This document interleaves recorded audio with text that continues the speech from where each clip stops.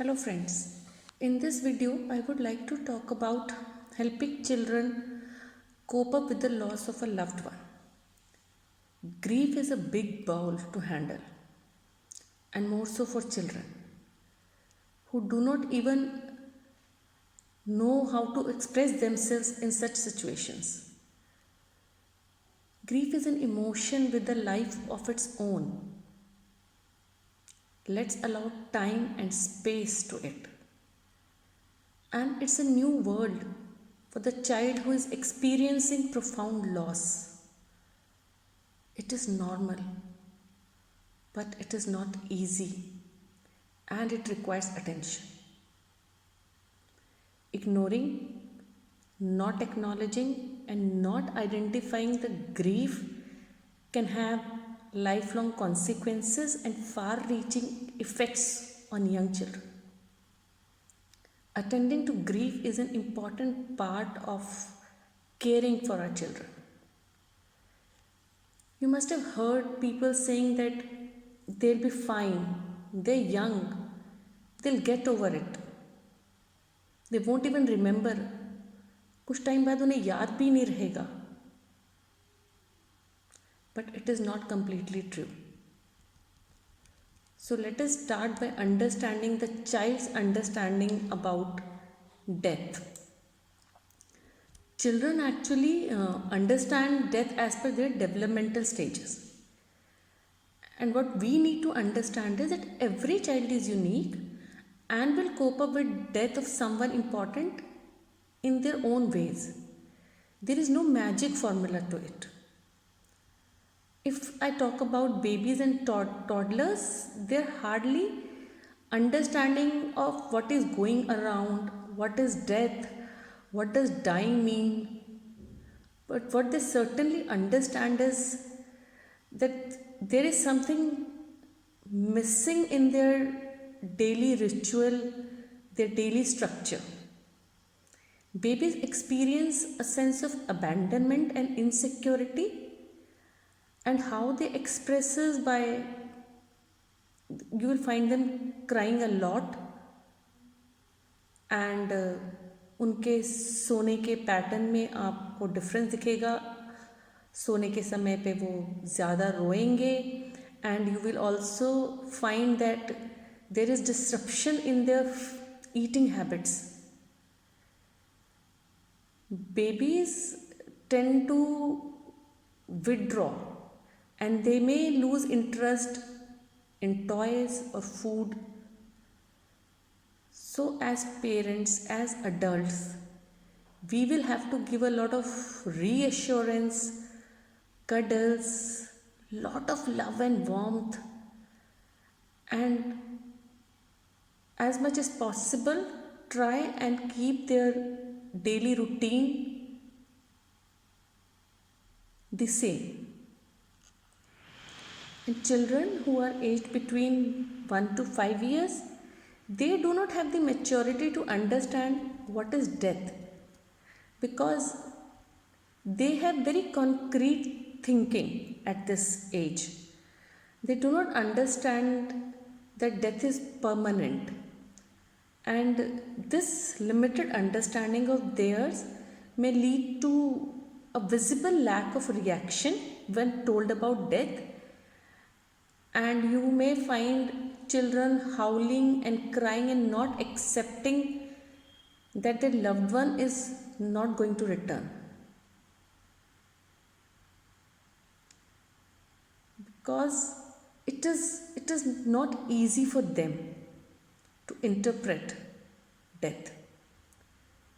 And if we talk to them in the language like कहीं चले गए हैं, सो रहे हैं अभी, so it will lead to more of misunderstanding and confusion.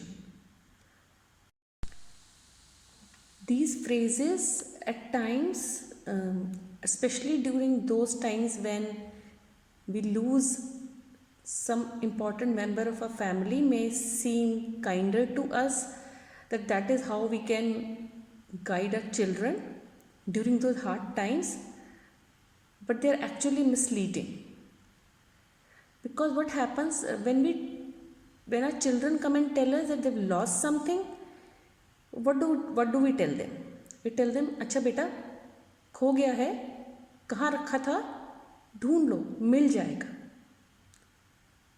And if we tell them that the person has gone to sleep, so they may also associate going to sleep with something not good, and they will be more anxious at bedtimes.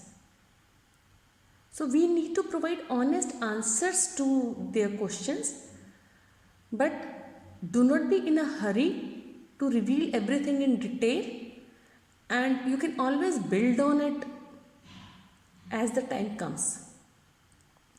What children of this age are looking forward to is the constant support and our presence in their lives, and a lot of, again, cuddles, reassurances go a long way in helping children cope up with the loss.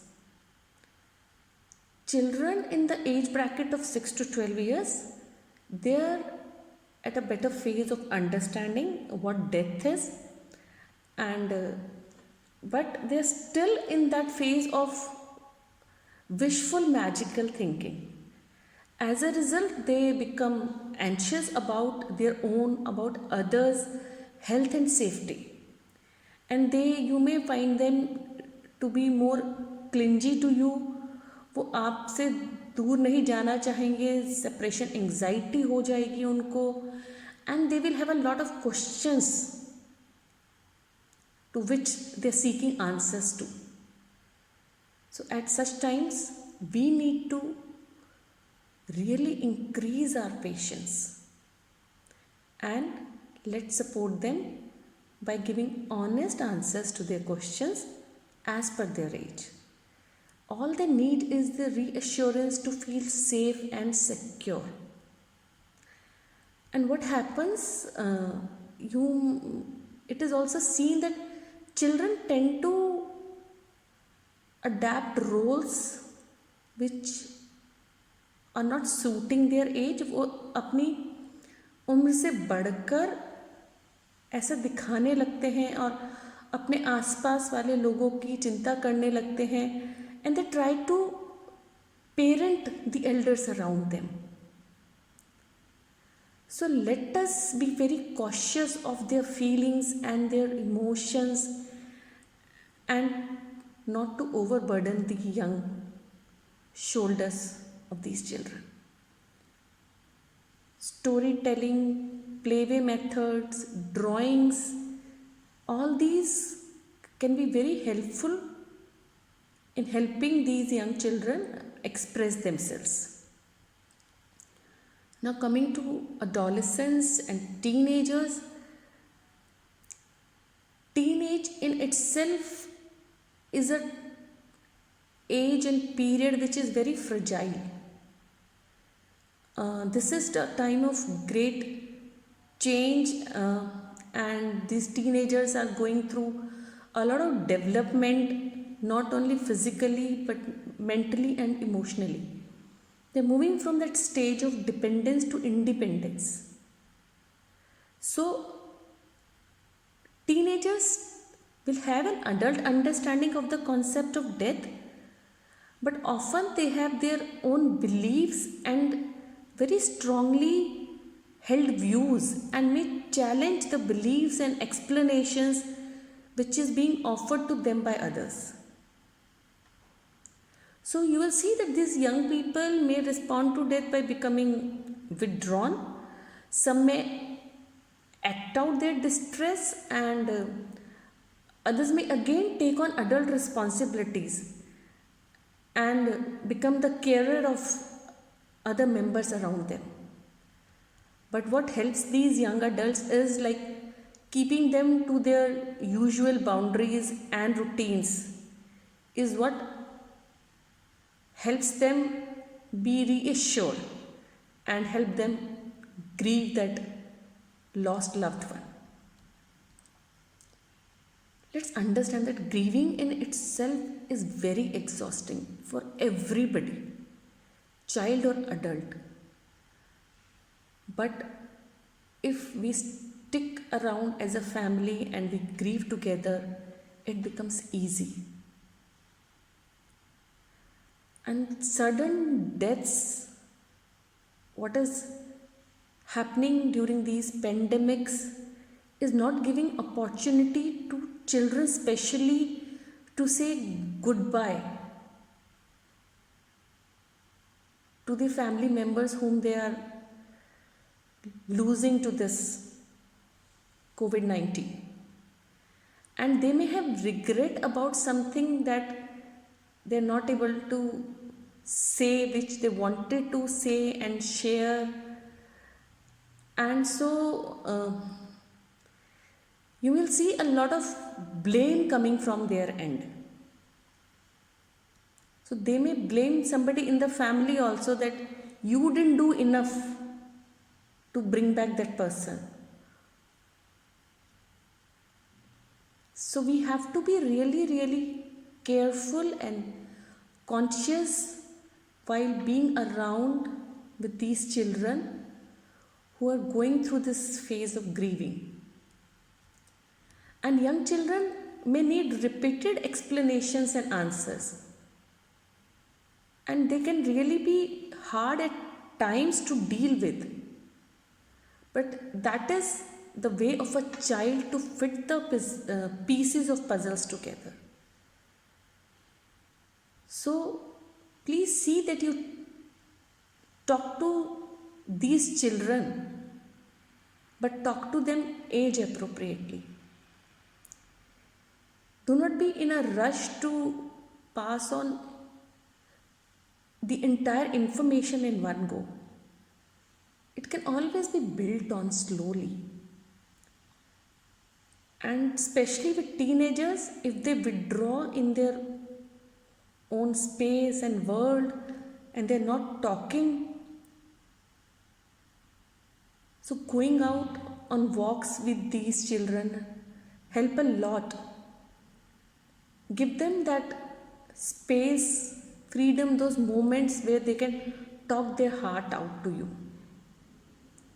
Give them that opportunity to open up. Another way of keeping our lost loved one alive with us throughout our lifetime is we can create a beautiful memory box. Do this activity with your children and collect all the good memories into that box. Keep on adding pictures, family pictures, which remind you of happy moments spent together. And you can encourage your children to write short notes and letters and put it in that memory box. Another thing that can help children take out those heavy emotions out of their body and mind is like help them write those heavy emotions on balloons and then in the end ask them to burst those balloons. This will help them take out those emotions out of the body and mind of children.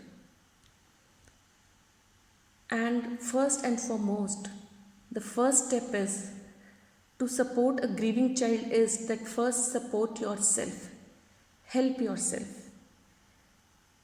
Seeking help in understanding the process of grieving or seeking help to grieve properly is not a sign of weakness. Don't expect too much from yourself. You're managing life, you're managing your own grief, and at the same time, you're trying to support your children around. So please take utmost care of yourself and children, sending lots of love and best wishes your way. Take care and stay safe.